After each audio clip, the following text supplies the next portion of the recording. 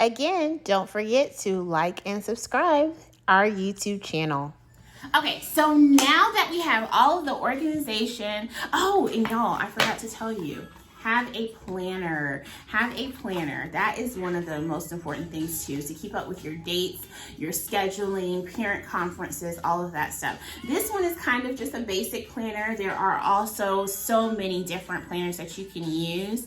And then also, if you do not feel that you want to write down things or you think that you're going to lose it, there is this website. Again, I am not getting paid for this, I'm not getting endorsed for this or anything like that, but there's a website that second year of teaching, one of my teacher mates showed us about this website called Planbook EDU.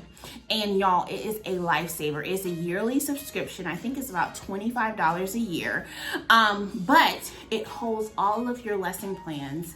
You can add on to your off dates and everything like that. And get this, it keeps your lesson plans. So let's just say if you had a lesson the year before that was really, really good, you loved it, you have all of your attachments, you can merge it to the new school year. So take a look at that. Planbook EDU, okay? Planbookedu.com, okay? All right, so after you have all of your essentials, everything to prepare yourself and to make you feel good, because I know for me, flare pens just make me feel good. You want to make sure that you are prepped. Now, I did do this the first year of teaching, and I stuck with it, and it worked for me, okay? So I am a big nerd and I love to be prepared. I do not like to go into a classroom not prepared, not knowing what I'm doing. I mean, I know that it's a teacher gift where you can just think of a lesson on the spot, but I like to have, and I always say this every year, I want to have my students run the classroom. Wait, hold on. I want to have my students run the classroom and understand that this is a student-centered classroom. I want it to be so organized so when I leave and have a doctor's appointment or I have a substitute teacher come in, they are automatically knowing what to do to where the sub is relaxed and can just basically be a facilitator. Okay, that's how I love my classrooms to run. My kids know the schedule, they know my expectations, they know my management, they know everything. At the beginning of the school year, of course, you get them trained into it, right? And then by, I would say, maybe 2 or 3 months, they already know the routine. So it does take preparation to do that. And my first year teaching, that was my main focus. I wanted to have my classroom management so flawless, mainly flawless, that it was to the point where if there was some type of emergency or anything like that, my kids were able to run it, okay? All right, so the first thing I did was study. So I took 3 main books that I still use today to help me in the classroom. The first one, and you may have seen this one, is The First Days of School by Wong and Wong. Okay, and it basically gives you step-by-step of different things that you can use for as classroom management, for as lesson preparation, for as expectations, all of that good stuff, how to remain professional and everything, communication, all of that stuff. This is the first one that I chose, and it is really good. It is really, really good, okay? So take a look at that, okay?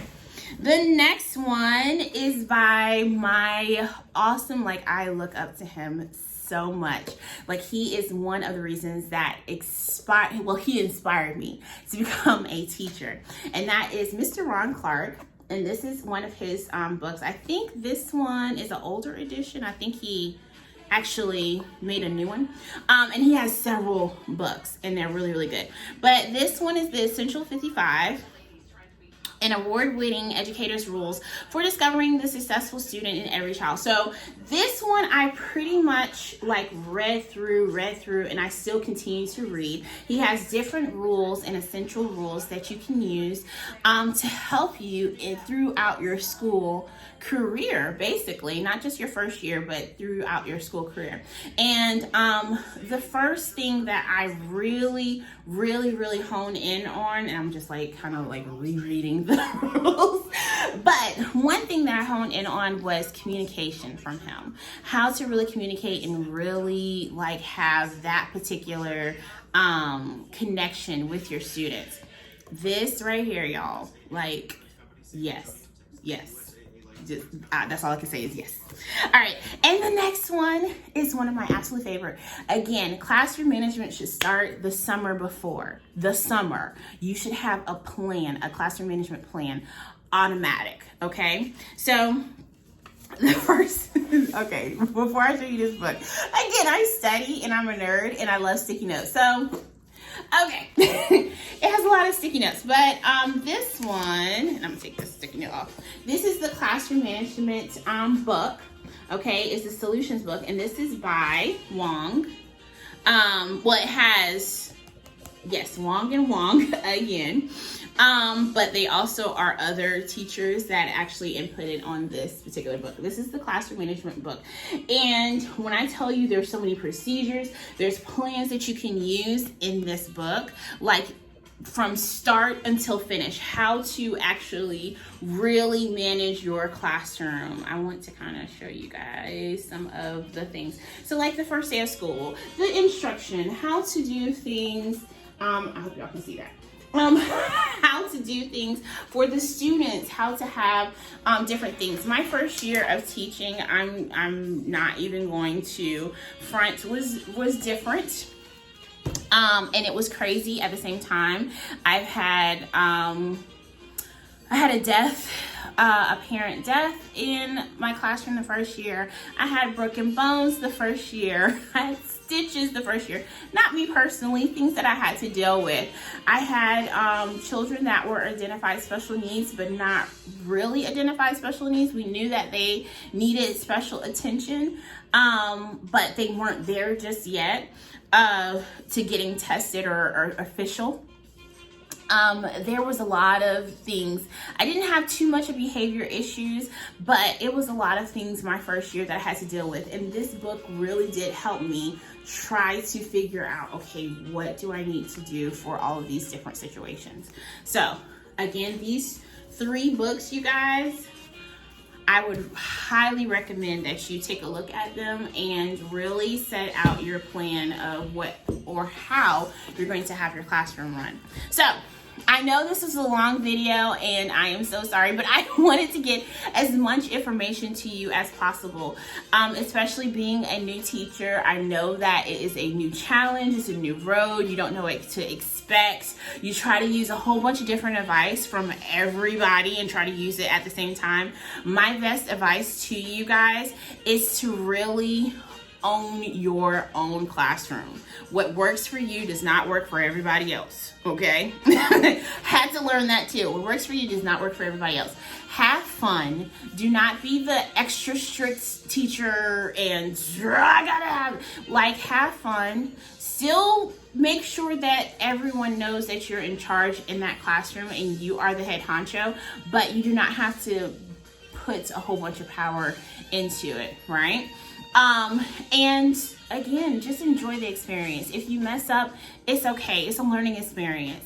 I think I know I loved my first year of teaching because it was a learning experience, and I learned and grew with my students. I loved it also. Like, it was, if I could do it over again, I would.